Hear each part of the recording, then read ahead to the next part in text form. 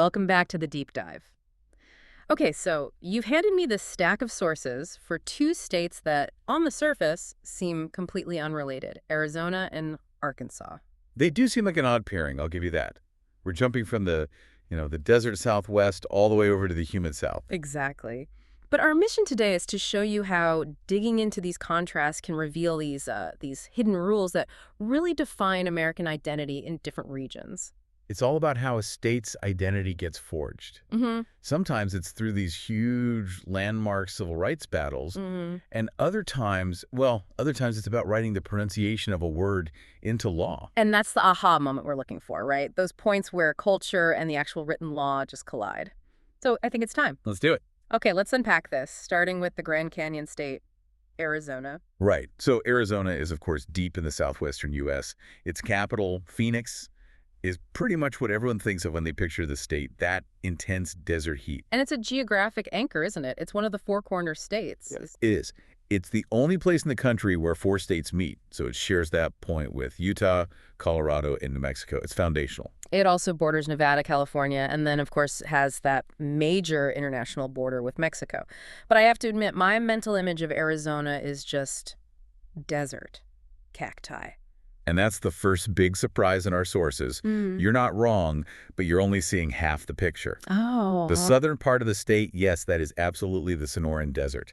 You get the super hot summers, the mild winters, the iconic saguaro cactus. That's the postcard. But you're telling me there's more? A lot more. As you move north, you start climbing in elevation, you get up onto the Colorado Plateau, and everything changes. The whole ecosystem just flips. Completely. Yeah. Suddenly you're in these dense forests of ponderosa pine, Douglas fir, spruce. You're surrounded by mountains, like the San Francisco Peaks. So the weather must be totally different. Night and day. The summers up there are much more moderate, and this is the key. They get significant winter snow. Snow in Arizona. Enough for active ski resorts. Places like Flagstaff, Alpine, even near Tucson. You can literally go from a 100-degree desert floor to a snowy peak in the same state on the same day. That is a geological extreme. And of course, towering over all of it is the Grand Canyon. One of the 7 natural wonders of the world. It's a constant reminder of just how ancient and geologically complex this landscape is. Okay, so if it's so central and so dramatic geographically, why was it so late to become a state? It feels like it should have been there much earlier. That's the perfect question, and it takes us right into its history. Arizona was the 48th state admitted to the Union. The very last of the contiguous states. The very last. And get this, it happened on February 14th, 1912. Valentine's Day. A very late Valentine's gift to the Union. So what was the holdup? Well, the land was passed around between major powers for centuries. First, it was part of New Spain, then independent Mexico in 1821. And then the U.S. acquired most of it after the Mexican-American War, right? Yeah. In 1848. Correct. But even then, the southernmost strip of land wasn't acquired until 1853 with the Gadsden Purchase. So by 1853, the U.S. has all the land. But it still takes almost another 60 years for statehood. That is a long time to be a territory. It is. And that long, complicated territorial period directly shapes the next major piece of Arizona's identity, its tribal lands. The scale here is just staggering. The numbers in our sources say about a quarter of the entire state is made up of Indian reservations. The full quarter. It's home to 27 federally recognized Native American tribes, including the Navajo Nation. Which is the largest in the entire country, both in land area and population, over 300,000 citizens. Right, and this huge sovereign presence is just. It's absolutely central to the state's modern political and economic life. But that sovereignty didn't immediately translate into political power. Which leads to this really profound historical injustice that our sources detail. It's a critical point. So in 1924, a federal law, the Indian Citizenship Act, granted all Native Americans born in the U.S. the right to vote. Okay, a federal law. So that should have been the end of it. It should have been. But Arizona's state government created a massive legal roadblock.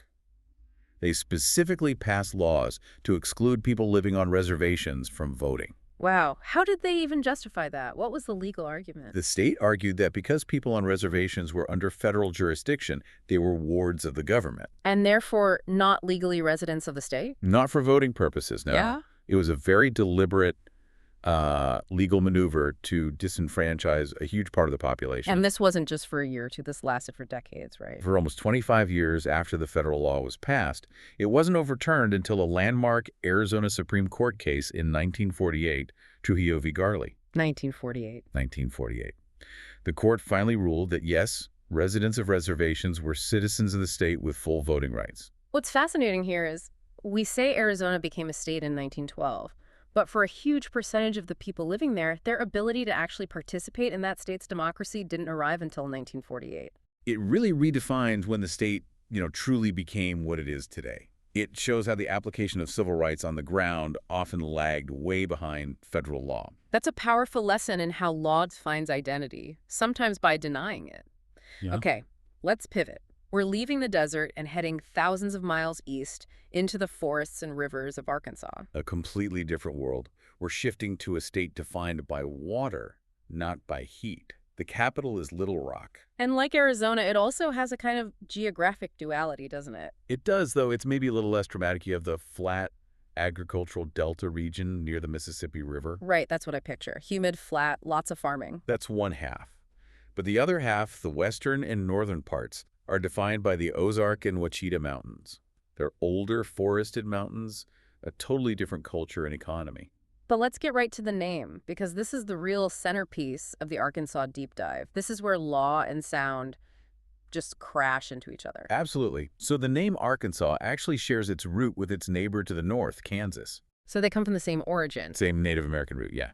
It means something like land of the people who live near the river. So if they have the same root, why on earth do we say Kansas with a hard S at the end, but pronounce Arkansas with a silent S? That is the million-dollar question. Mm-hmm. And the answer is one word: French. The French explorers. Exactly. The French traders and explorers who came down the Mississippi and Arkansas rivers heavily influenced the pronunciation. In French, you often don't pronounce that final S. So it's a linguistic fossil left over from them. Precisely. The English settlers who pushed west into Kansas tended to pronounce the S, but the French legacy stuck around in the Arkansas River Valley. So you ended up with two different pronunciations for names from the same root. Okay, here's where it gets really interesting for me. Because that local custom, that French habit of saying registre wasn't enough. People fought about it. They didn't just fight about it. This is the amazing part.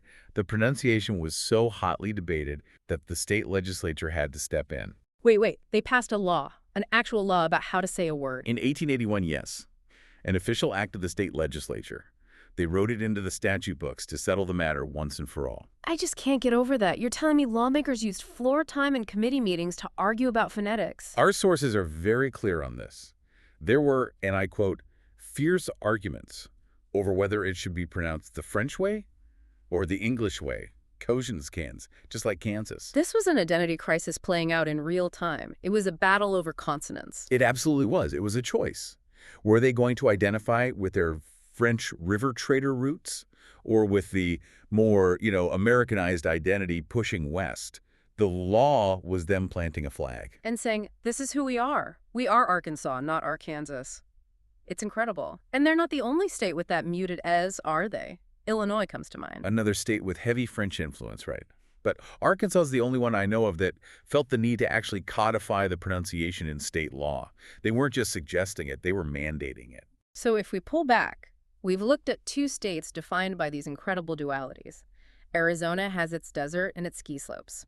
Arkansas has its delta and its mountains. And both use the law to define who they are. Exactly. Arizona used state law to delay and deny political identity for decades until a court forced a correction. And Arkansas used state law to cement a cultural identity back in 1881. We connect this to the bigger picture. You see that statehood isn't a single event. It's a process. It involves fighting battles, big and small, and the law is how you record the winners of those battles. Whether it's a huge ruling on voting rights or a tiny act about how to say a name. It's all part of the same process of self-definition. So what does this all mean? I think it shows that a state's identity is never as straightforward as it looks on a map. The things that feel like historical footnotes, a silent letter, a specific date, a court case, they're actually the scars of these intense cultural debates. They're the markers left behind, frozen in time by the law. Absolutely. The source here details the law that fixed the pronunciation of Arkansas. It makes you wonder, right? How many other local names, towns, rivers, streets all across the country have these equally fierce, maybe unresolved arguments over how they should sound? I bet there are hundreds. What overlooked local controversy has been enshrined in law where you live? That's the real deep dive. Until next time. Keep diving deep.